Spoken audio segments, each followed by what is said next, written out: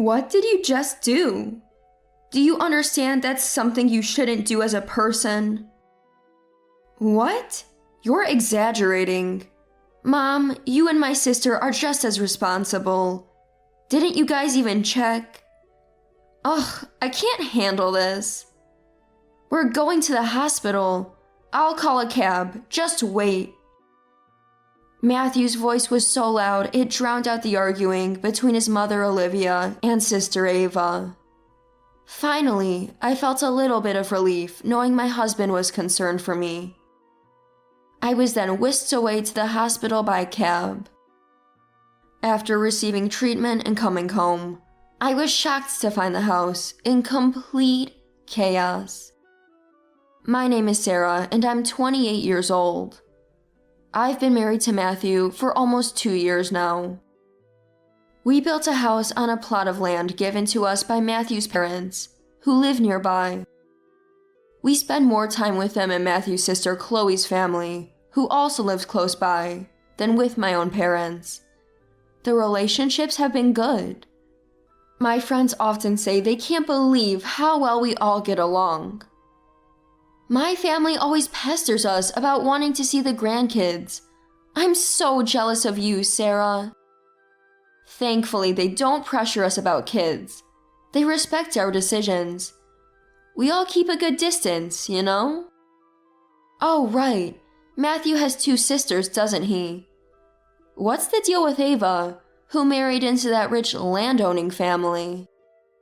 Sister-in-law refers to Matthew's older and younger sisters. Both my sister-in-law Chloe and I are married and have moved out of our parents' homes. Chloe lives in a nearby town and we often hang out as families. On the other hand, I hardly know my other sister-in-law, Ava. She rarely visits her parents' home, and the only time I met her was at my wedding. From what I've heard, Ava married into a well-known local family and is living a wealthy life. Ava's mother-in-law grows organic veggies on their sprawling property, and we often get a share of the bounty. I see Chloe all the time, but I barely know Ava. Oh well, keeping some distance is probably best. I'm so jealous. Whenever friends gather, most people gripe about their husbands or in-laws, but I was completely free from the so-called mother-in-law and daughter-in-law conflict. I never thought I would end up in a life-threatening situation, though. One night after dinner, a message popped up on my phone. Oh, a message from Chloe. What's up? She's saying we would have a dumpling party tomorrow, your favorite. We had dumplings just yesterday. How much do you like them? Dumplings are good any day. Yours are delicious, Olivia. Let's eat a lot. I'm grateful to Matthew's family for always inviting us over for meals. I'll bring drinks, sending message. Oh, Ava's coming too. Haven't seen her since the wedding. She said she's been busy helping her in-laws, so it's hard for her to get away. That's right, so tomorrow's a rare occasion with the whole family. Maybe we should stay over. The next day after work, Matthew and I met up at the supermarket. We bought drinks, appetizers, and desserts for 6 people. Us, my in-laws, Chloe and Ava. Then we headed to Matthew's parents' home. Hello! Wow, I can smell the chives from the doorway. Come on in. Truth be told, dumplings are Olivia's specialty. I've had many different kinds, and I've always been proud of her culinary skills. Chloe, we brought drinks. Long time no see, Ava. Wow, thanks. Ava, could you bring out some ice and glasses? Sure. Thank you for prepping. Chloe and Ava, I'll help out. Olivia and Chloe were on dumpling duty, while Ava took care of frying. Honestly, there wasn't much left for me to do. Ava's family gave us lots of fresh veggies. Today's all about vegetables. The dumplings have a lot of chives, Sarah's favorite. Sit down, both of you. Let's toast. While I was pouring the drinks, Ava quietly finished frying the dumplings. Then he handed me the baked goods, saying he could do it later. And here you go. Thanks, let's eat. Wow, that's a lot of chives. Huh? I can't taste the chives at all. I kept chewing, but the garlic chives had no flavor. So I took a look at what was in my plate, and sure enough, something that looks like chives was there. I wondered and kept eating. Is this a different kind of chive or something? This chive is really mild, huh? No way, it's super strong. Really? I put a lot in there. Maybe you're numb to it because you've had too much chive dumplings?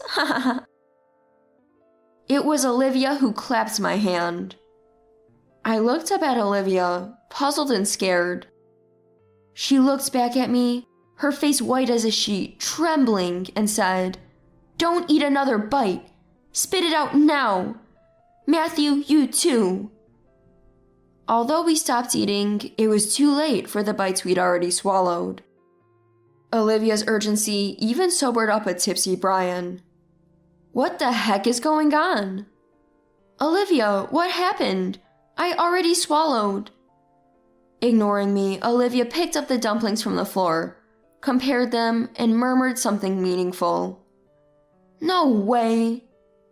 Chloe, sensing something was wrong, ran to the kitchen and hurried back holding what was left of the chives. This is the leftover chive we used, right? Matthew, the one you ate smelled like chives? Yeah, it was really pungent. Sarah, you didn't feel anything? Nope.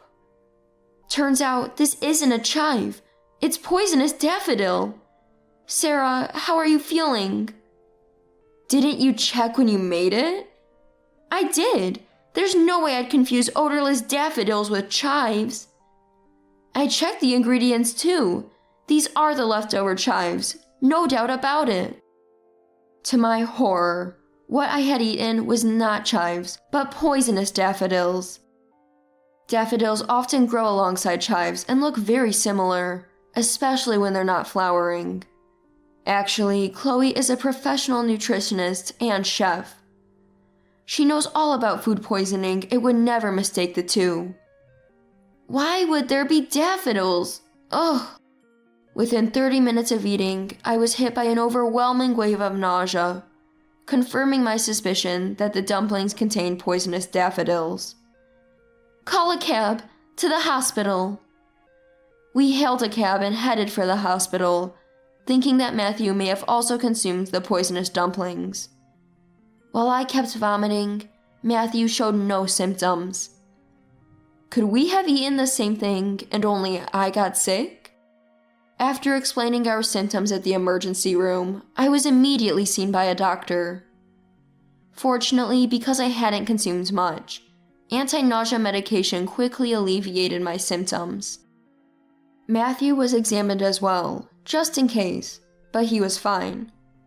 Sure enough, I was the only one who had eaten the dumplings filled with poisonous daffodils. I had the regular chives in mine. Why was Sarah's different? I don't want to think about it, but it had to be tampered with when it was made, right? Exhausted in the taxi ride back, I was thinking the same thing. Could someone in the family have done it on purpose? Upon returning to my husband's family home from the hospital, we heard Ava furiously berating Chloe. You murderer! Startled by her shocking words, we turned towards each other and rushed to the living room. Ava was accusing Chloe. Admit it, you switched them on purpose. There's no way a nutritionist like Chloe would confuse chives with daffodils. You almost killed someone. Hey, don't go spreading rumors. Mom and I double-checked, and even you said the chives smell strong when we were wrapping them.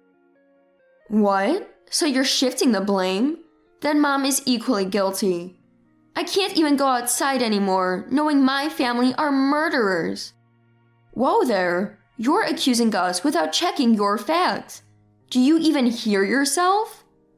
The more I think about it, Chloe seems most suspicious. Mom warned Sarah not to eat the dumplings. Now what? Do I have to report this? Ava, you can't accuse people without proof. I'm telling you, Chloe is innocent. What's your game, accusing people like this? It's beyond bullying. Ava's face turned red. She was visibly furious. But it seems like Ava wasn't defending me. She was desperate to prove Chloe was guilty. Ava, calm down. Yeah, Sarah and others returned safely. Why are you blaming us? Oh, so you're covering it up just because Sarah is fine? Ava, you're being weird. Sure, Chloe and I made the dumplings, but who was in charge of cooking? Sarah, which ones did you choose to eat? Well, while Brian and Matthew were toasting, I had what Ava served me. Who took on the role of cooking because they weren't good at wrapping? That was you, Ava, wasn't it? Come to think of it, you gave Sarah the dumplings from the plate, not the hot griddle, right? Yeah, I'm not good with hot food, so I tried to eat the one in front of Sarah that had cooled down a bit. Ava, you stopped me, saying it was for Sarah. Was there a reason for that? Everyone, now sober and composed, started to recall Ava's suspicious behavior. I had eaten dumplings that weren't fresh off the griddle. With the tables turned, Ava broke down in tears when everyone confronted her. What's wrong with all of you? Making me the bad guy? Sarah and Chloe, you both get to be happy, and it's not fair. What are you talking about? Explain yourself. Turns out the bulk of vegetables used in this dumpling party were passed from Ava's mother-in-law to Ava. Ava and her mother-in-law were always at odds. Though they didn't live together, mother-in-law would drop by unannounced almost every day, dishing out snide comments and blatant harassment. One day, just like clockwork, mother-in-law showed up early in the morning and handed Ava a muddy cardboard box. Ava noticed it was filled with soil-covered veggies, and also daffodils, causing her alarm. My husband's always busy, never home, and no one's helping me. I'm struggling every day, while Chloe and Sarah live without any problems. It's unfair. I was speechless as a teary-eyed Ava painted herself as the victim. My mom is planning a dumpling party featuring Sarah's favorite dumplings. It's like everyone treasures Sarah, and it's not fair. Ava was frustrated that while she struggled, I built good relationships effortlessly with Olivia, Brian, and Chloe. Fueled by resentment, she aimed her anger at me. Then, taking advantage of the upcoming dumpling party, she sneakily prepared daffodil stuffed dumplings. Volunteering to cook, she timed it perfectly to serve me the tainted dumplings. Unbelievable! If something happened to Sarah and my unborn baby, that would be murder. Yes, I was pregnant at the time. The reason I went to the hospital right after feeling a bit nauseous was that I was expecting. I didn't know you were pregnant. If you only felt a bit nauseous, you won't miscarry. Get out! How dare you not apologize after doing something so horrific? Never come back. What? Whatever. I don't care about any of you anyway. Goodbye.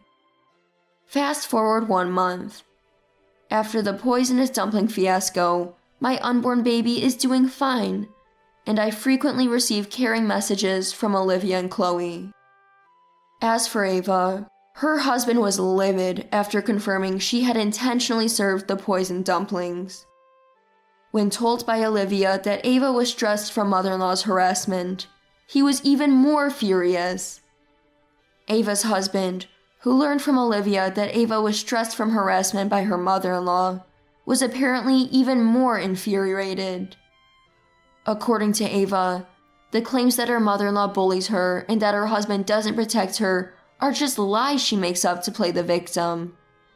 In reality, they seem to maintain a reasonable distance from each other.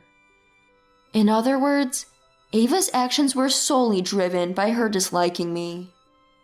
Ava had been spinning lies to her mom friends and other acquaintances to suit her own agenda. When faced with divorce, she had no one to turn to and ended up moving back to her parents' house alone. Brian, appalled by Ava's inexcusable behavior and lack of apology, kicked her out at least once. However, Olivia brought her back home due to concerns about leaving someone who could serve poisoned food to others unchecked. They're in the process of re-educating her from scratch. Due to her repeated lies, Ava has lost trust from both family and friends. Now a recluse, she has aged dramatically. Despite her lonely and isolated life, she still posts online blaming me for everything. Chloe found out that she's living without even a mobile phone now. There's no way we're letting our child meet a woman who still refuses to reflect on her actions.